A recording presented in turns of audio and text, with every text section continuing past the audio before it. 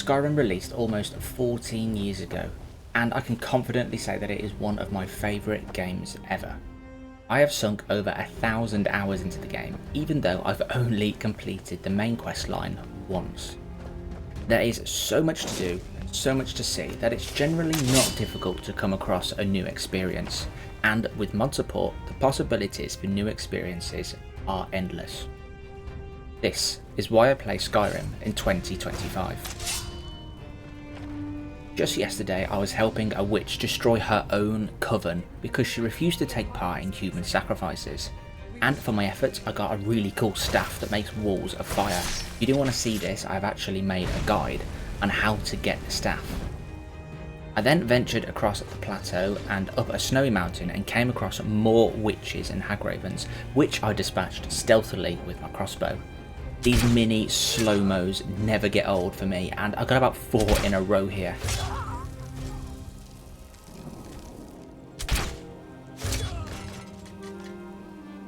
And to top it all off, a one-hit kill with Maroon's razor was the icing on the cake. The Hagraven had a note that explained ne'er-do-wells were meeting atop another snowy peak, so I headed straight there but had to do a little bit of orienteering to find the correct path into this secluded valley. Adventures like this are why I truly love playing Skyrim. I scanned the mountain line looking for potential paths, weaving between thicket and rock until I came across an Imperial camp. Thankfully, I had not let my allegiance be known yet for this playthrough, so I was able to simply walk through and up the path behind the camp, which seemed to be the best path to my destination of Arcwind Point. It quickly changed from rain to snow and the thunder subsided.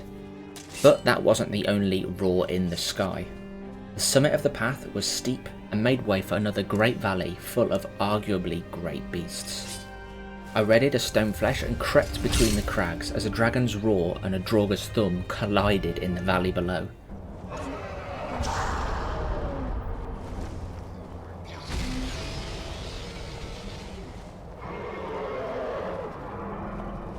I watched quietly from above and scanned the area.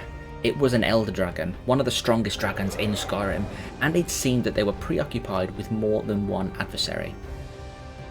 I wondered for a moment if there was a dragon priest doing battle below, but I couldn't be sure. It wasn't long before I wanted in on this action, so I readied my bow and waited for the dragon to stabilise. I was too far away to see who it was fighting, so I only had one target to aim for. First arrow missed, but I had my eye in. Thankfully I was too far away to divert the attention of the old dragon, so I kept loosing arrows from a distance until the beast was felled.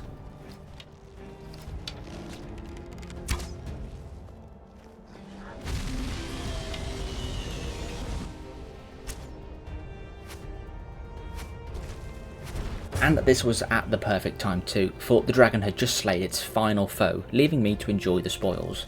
Gold, dragon materials and weapons. I collected my arrows and bolts and swept the area. There was a cave that I'd never explored and a huge staging area from which a Draugr overlord had risen. Just as I was about to leave, I saw a word wall in the far corner for the Drain Vitality shout. The only path remaining was my destination, 100 steep steps to another plateau with a Death Overlord waiting for me at the top. One unrelenting course later, the Overlord was sent back to Sovngarde, if that is where they go, and the true fight was about to begin. A fight against Crow's Tooth and Alvasaur the Rat. Two powerful adversaries with powerful spells and armour. It looked scrappy, but this is how it went.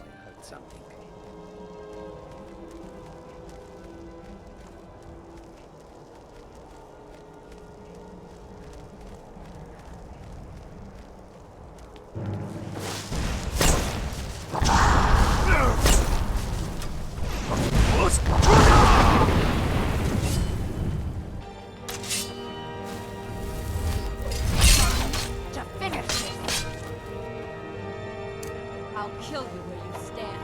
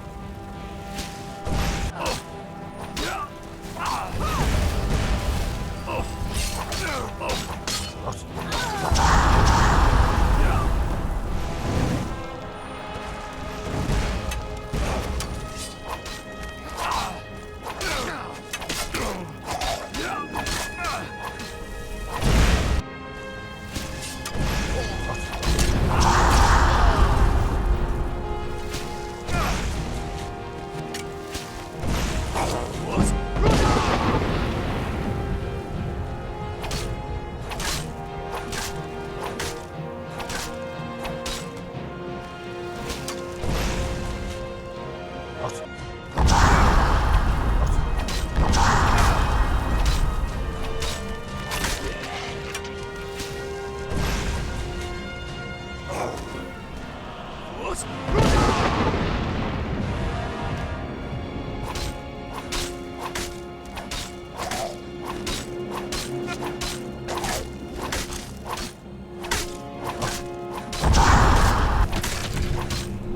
For my efforts, I looted Nimira's Itch and Dismal Visage from Alvasaur, two excellent Falmer unique items, but these weren't the ultimate prize for this adventure. I entered the tower that they were guarding and all seemed empty but for a large chest of decent enchanted items, an ebony helmet of extreme illusion, 268 gold, a ring of 40% health regeneration, a circlet of 20% better archery, would on a normal day be an excellent haul of items, but today the cream of the crop lay at the very top of the tower. Bjormund Windstrider's body lay slain atop the tower, adorning a full set of head-to-toe dragonbone mail, and with it a journal. It explained that Bjormund was once a highwayman sacking gold and living in holes, when he one day found a shipment of a dragon skull, and with it a cuirass of dragonbone mail. It was a perfect fit and reminded him that he was a descendant of the Dragon Guard, those who once wore dragonbone armour from the beasts they slew. From the dragon skull he fashioned the rest of the dragonbone set, and set about earning his worth of the cuirass in battle. Unfortunately for my current Dragonborn, this heavy armour was no good for my stealthy rogue Argonian, but I knew just what to do with it.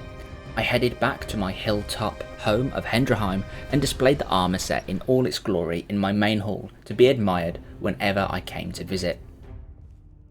But that is why I play Skyrim in 2025. I could do the entire quest again with a completely different character and have a completely different experience. Maybe the dragon attacked me instead, maybe the Draugr Overlord shouted me off the cliff, maybe I shouted Alvasaur off the cliff and spent hours trying to find his body to loot. If you did make it this far into the video, then thank you very much. I've never really done a video like this, but I think this is a fun way to share fun experiences in games, just recapping adventures in semi-cinematic narrative ways. Maybe if enough of you like this format, then perhaps I'll do it again. Subscribe so that you know exactly when I upload. I am working my way towards 1.4k subscribers, so if you want to help me out with that, I would be very appreciative.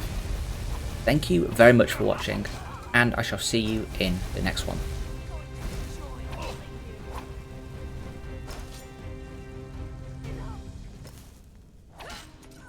Destroy all.